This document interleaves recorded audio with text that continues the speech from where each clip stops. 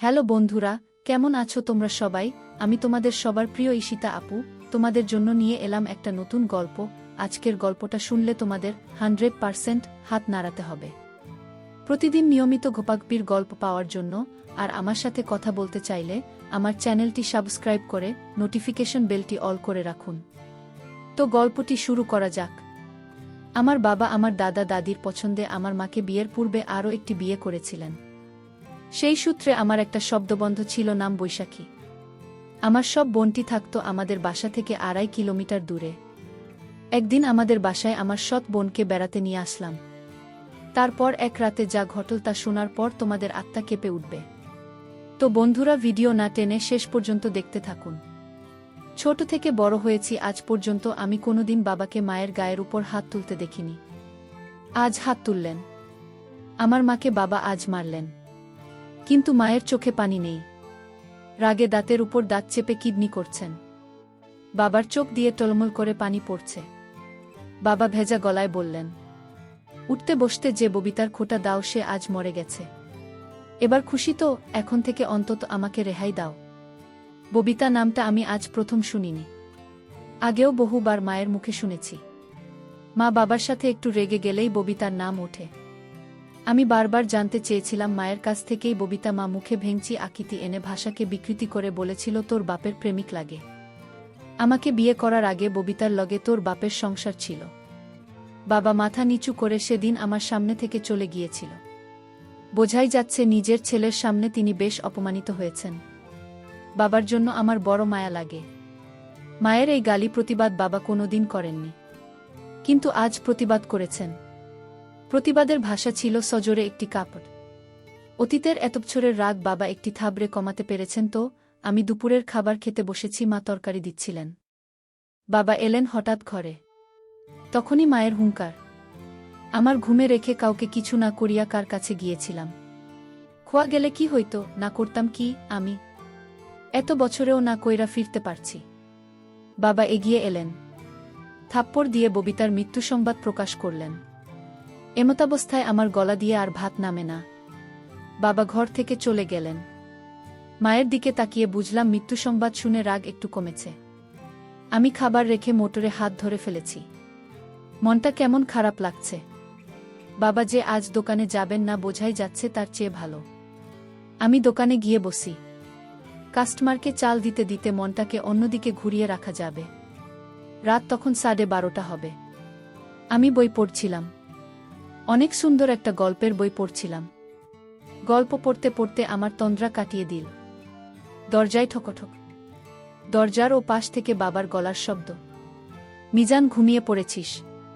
আমি কোনো জবাব না দিয়ে দরজা খুলে দিলাম।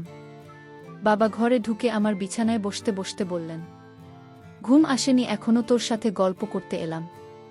বাপ বেটার গল্প অন্য কারো শুনতে হয় না, তাই এখন এলাম।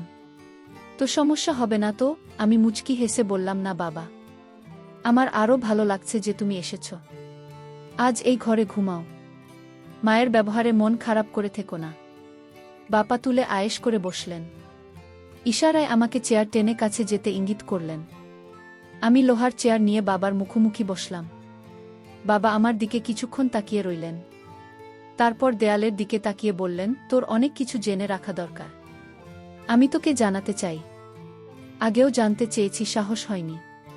ভেবেছি তোর মা যেমন অকথ্য ভাষায় কথা বলে হয়তো জানা হয়ে যাবে। কিন্তু তুই জানিস না কিছুই। শুধু একটি নাম জানিস, ববিতা। তুই এই নামটি তোর মায়ের মুখে শুনেছিস। যতবার শুনেছিস আমি লজ্জা পেয়েছি, বলতে পারিনি কিছু। আজ বলবো। আমি গভীর মনোযোগ দিয়ে বাবার গল্প শুনছি। যে নাম নিয়ে মায়ের অকথ্য ভাষা, বাবার লজ্জা পাওয়া। অজানাকে জানতে অবশ্যই মনোযোগী হওয়া প্রয়োজন। বাবা একনাগারে গল্প বলছেন। লুকায়িত এক গল্প। তোর মায়ের মুখে ববিতা নাম শুনে হয়তো ভেবেছি আমার অন্য কারো সাথে কোনো সম্পর্ক আছে। সত্য হলো ববিতার সঙ্গে আমার কোনো সম্পর্ক নেই। ববিতা আমার বিয়ে করা প্রথম স্ত্রী ছিল। তোর দাদা দাদি পছন্দ করে বিয়ে করেছেন। তোর দাদার বাড়ির কাছেই। আমরা যে এত বছর ধরে তোর দাদা দাদিকে রেখে শহরে থাকি তার একটি কারণ এই ববিতা। তোকে নিয়ে যে প্রতিবার তোর দাদার বাড়ি যেতাম আমি তোর সাথে সাথে থাকতাম। যেন আমাদের গ্রামের কারো কাছ থেকে এ বিষয়ে কিছু শুনতে না হয়। তোর খারাপ লাগতে পারে শুনলে। তোর দাদা দাদি মারা যাওয়ার পর গ্রামে খুব তেমন একটা যায় না। তোর মা সব জানে। তবু তোকে বলেনি যে আমি আগেও একটি বিয়ে করেছিলাম। আমার আর ববিতার একটি সন্তানও আছে। নাম বৈশাখী।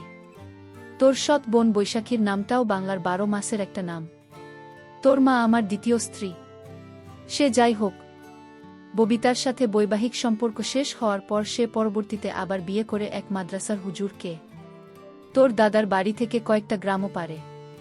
9 বছর সংসার করলেও আর কোনো সন্তানাদি হয়নি। হুজুর মারা গেলেন হঠাৎ করে। আমি সব খোঁজই রাখতাম। রাখার কারণ বৈশাখী আমার মেয়ে। আমি তাকে আমার কাছে রাখতে পারিনি। পুজোর মারা যাওয়ার পর সেই সংসারে টানাটানি অবস্থা। আল্লাহ আমাকে যথেষ্ট দিয়েছেন, কয়েকটা সংসার চালানোর তৌফিক দিয়েছেন। আমি প্রতি মাসেই যাই সেই এলাকায়। কাউকে দিয়ে খবর পাঠালেন বৈশাখী আসে। বাবা বলে এসে জড়িয়ে ধরে।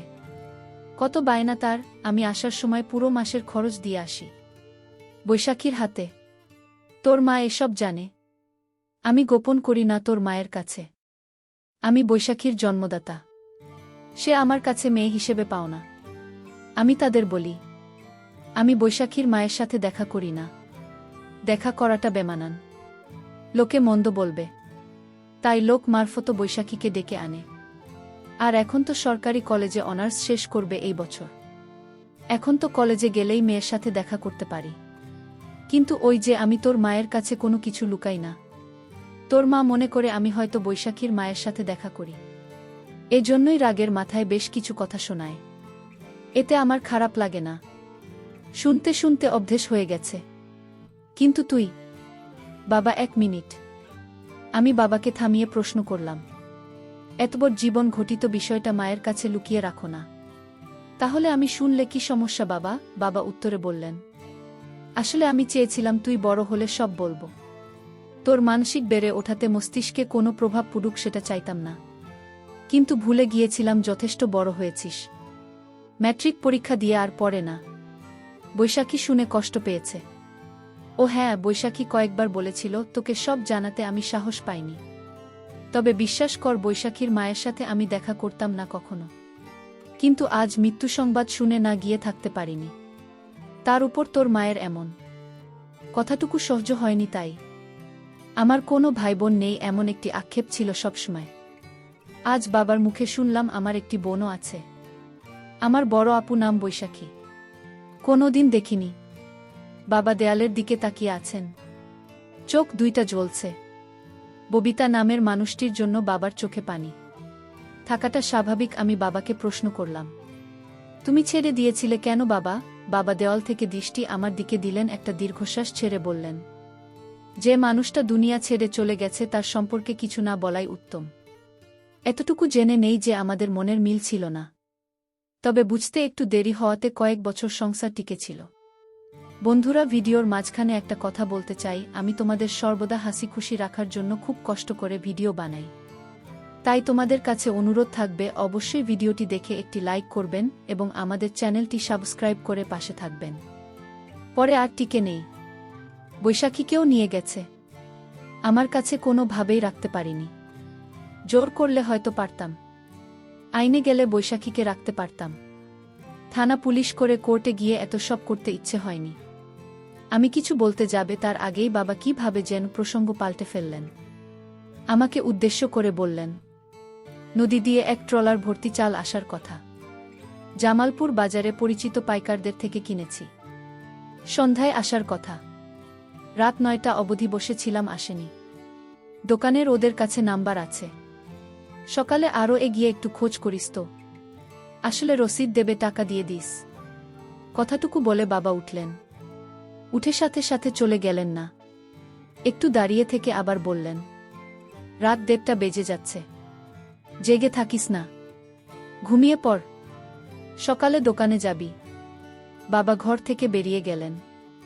আমি চেয়ার আগের জায়গায় নিয়ে এলাম। আজ আর গল্প পড়ে শেষ করা হবে না।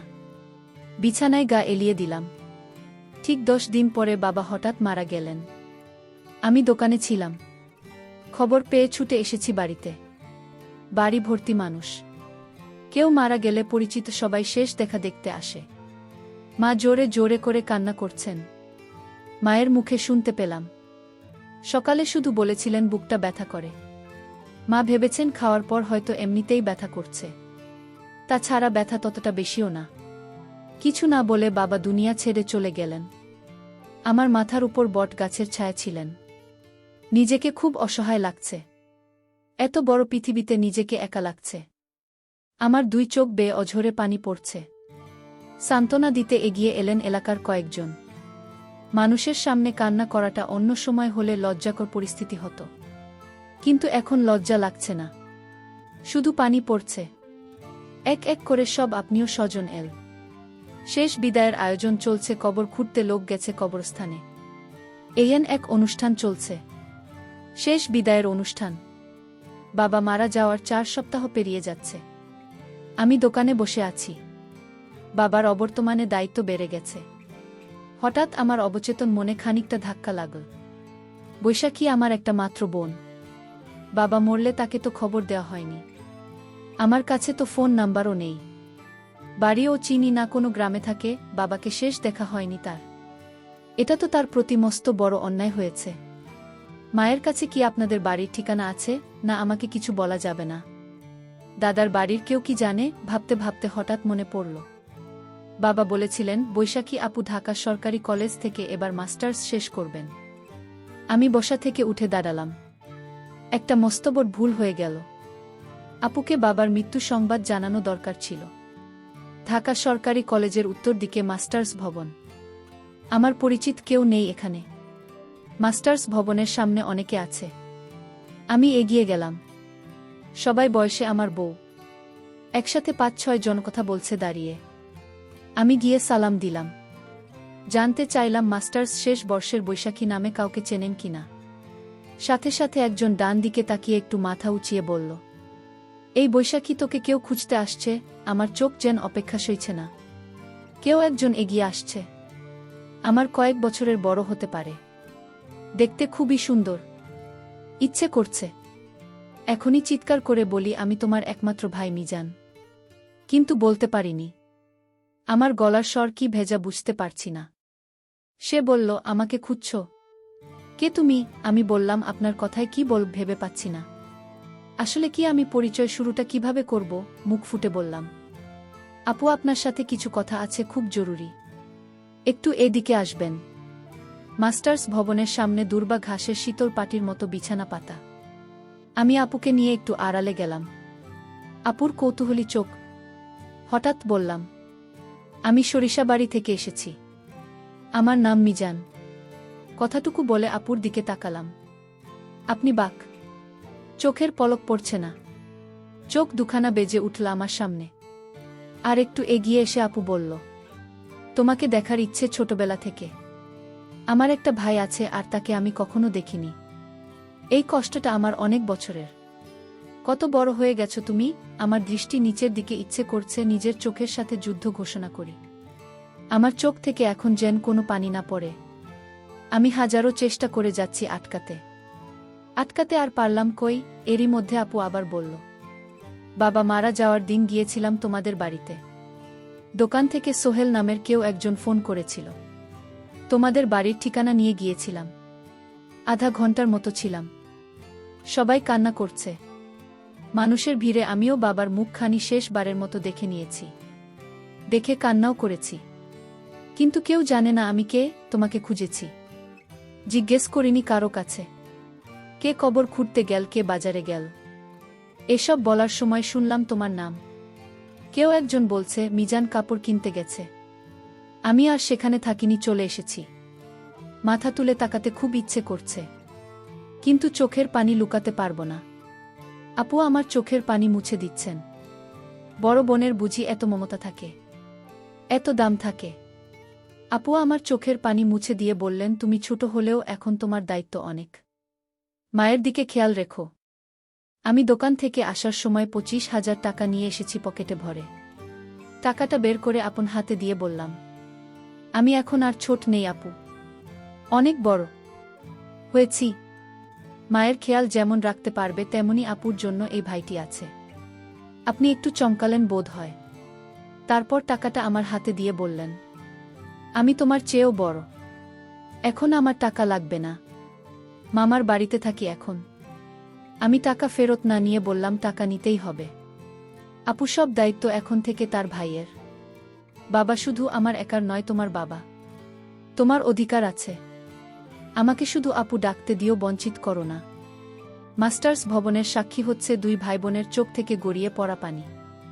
সামনে এগোচ্ছি। দোকানে যেতে হবে। দোকান থেকে বাড়িতে। মা কয়েকদিন ধরে মনোহরা থাকে। মায়ের কাছাকাছি থাকাটা দরকার। গল্প করা দরকার। সব দায়িত্ব এখন আমাকে পালন করতে হবে। রিকশায় উঠে কিছু দূর এসে পেছন ফিরে দেখি আপু তখনও আমার চলে আসা দাঁড়িয়ে দেখছে। যেন ভাইকে বিদায় দিতে মন যাচ্ছে না। তার কিছুদিন পর আমি আপনাকে বললাম, আপু তোমাকে আমাদের বাড়িতে নিয়ে যেতে আসলাম। কিছুদিনের জন্য আমাদের বাড়িতে চলো, একটু ঘুরে ফিরে আসো। ভালো লাগবে তোমার। আপু বলল, আমি তোমাদের বাড়িতে গেলে তোমার মা অর্থাৎ আমার সৎ মা আমাকে দেখে সহ্য করতে পারবে না। আমি বললাম, আরে না আপু, কিছু হবে না। তুমি এসব কথা বাদ দিয়ে চলো আমার সাথে। আমিও ভাইয়ের কথায় মায়ের টানে আমি চলে গেলাম তাদের বাসায়। আমাকে আমার সৎমা দেখে মুখটা কেমন যেন আধার করে ফেল। আমি এতে কিছু মনে করলাম না। এটা আমি স্বাভাবিকভাবেই নিলাম ব্যাপারটা। বাবা মারা যাওয়ায় মায়ের কষ্টটা অনেক বেড়ে গেল। আপু, আমি তোমাকে এখন থেকে কষ্ট করতে দেব না। যা প্রয়োজন তুমি আমার কাছে চাইবে আমি দিব। কারণ আমার একটা মমতাময়ী বোন আছে। আমি তো জানতাম না। আমার বাবার মৃত্যুর কিছুদিন আগে আমার কাছে বলেছে তোমার কথা। তাই আমি জানতে পারলাম যে আমার একটা বোন আছে। আজ আমি অনেক খুশি এমন একটা বোন পেয়ে। আমার মা আমার সাথে বলতো, তোর কোনো ভাই বোন নেই, কিন্তু বাবা আমাকে মৃত্যুর আগে বলে গেল। বাবা এতটা দায়িত্বশীল ছিল যে আমাকে কোনোদিন কষ্ট কি জিনিস বুঝতে দেননি। জানো আপু, আমার মা আমার বাবাকে প্রতিদিন খারাপ কথা বলতো। এর একটাই কারণ, বাবা তোমার সাথে দেখা করত, তাই এটা বাবা আমাকে বলে গেছে। বাবা কোনোদিন মায়ের কথায় রাগ করেনি। এসব গল্প করছিলাম। হঠাৎ মায়ের ডাক পড়ল, কি রে তোরা খাইতে আয়। আমার টেবিলে গিয়ে বসে খাবার শেষ করলাম। তারপর আমার রুমে আমার শ্রদ্ধে বর বোনকে নিয়ে সুখ দুঃখের গল্প করছিলাম অনেকক্ষণ ধরে। আমার মা চাইতো না আমি আমার বোনের সাথে গল্প করি, বোনকে লেখাপড়া করার জন্য সাহায্য করি। আমার মা আমাদের দুজনেকে গল্প করতে দেখে পাড়ার মানুষকে নিয়ে আসলেন আর বললেন, দেখো তোমরা সবাই, আমার ছেলেকেও বৈশাখী জাদু করে ফেলেছে। আমার ছেলে আমার কোনো কথাই শোনে না। আগে শুনত। আমি মাকে বললাম, না তুমি কি বলছো, আমার বোনকে তুমি এত মিথ্যা অপবাদ দিচ্ছে। মা, তুমি এতটা নীচ হতে পারলে কিভাবে। আমি আমার শ্রদ্ধে বর বোনকে নিয়ে আসলাম আমাদের বাড়িতে কিছুদিন বেরিয়ে যেতে, আর তুমি কিনা আমাদের মিথ্যা অপবাদ দিচ্ছে। তোমাকে মা বলতে আমার ঘৃণা করছে। মা, আমরা ভাই বোন। আমরা রুমে বসে বাবা আর তোমার জীবন কাহিনী নিয়ে আলোচনা করছিলাম, আর তুমি কিনা গ্রামের মানুষকে বলছো আমার বোনের সাথে। না না, আমি ভাবতেই পারছি না। গ্রামের মানুষও কুসংস্কারে বিশ্বাস করত, আর তাই তারা ভেবে নীল আমার বোনের সাথে কিছু একটা আমার হয়েছে। তারপর আমি গ্রামের মানুষের সামনে কেঁদে কেঁদে বললাম, আপনারা প্লিজ আমার মায়ের কথা বিশ্বাস করবেন না। আমার বোন বলতে লাগল, আমি একটা শিক্ষিত মেয়ে, আমার মা বাবার কসম। সে আমার ছোট ভাই, তাকে নিয়ে আমি অন্য কিছু ভাবব। এটা আপনারা কি করে ভাবলেন? আপু, আমার কথা শুনে গ্রামের মানুষ বিশ্বাস করল। আমাদের কেন মিথ্যা অপবাদ দিল? আর গ্রামের মানুষও জানত আমার মা বাবার সাথে প্রতিদিন গণ্ডগোল করত, অথচ বাবার কোনো দোষ ছিল না। তাই গ্রামের মানুষ খুব সহজেই আমার বোনের কথা বিশ্বাস করে নিল। তার জন্য গ্রামের মানুষ আমার মাকে শাস্তি হিসেবে 2 মাসের জেল খাটতে দিয়েছিল। তো বন্ধুরা, আজকে এই পর্যন্তই। প্রিয় বন্ধুরা, গল্পটি ভালো লাগলে অবশ্যই কমেন্ট করে জানাবেন। আর নিয়মিত এমন আলাদা স্বাদের গল্প শুনতে ভিডিওটিতে লাইক এবং চ্যানেলটিকে সাবস্ক্রাইব করে সাথেই থাকুন। আর হ্যাঁ, নোটিফিকেশন বেলটি অল করে রাখবেন, যাতে পরবর্তী গল্প সবার প্রথমে আপনাদের কাছে পৌঁছে যায়। ধন্যবাদ বন্ধুরা। ধন্যবাদ সবাইকে।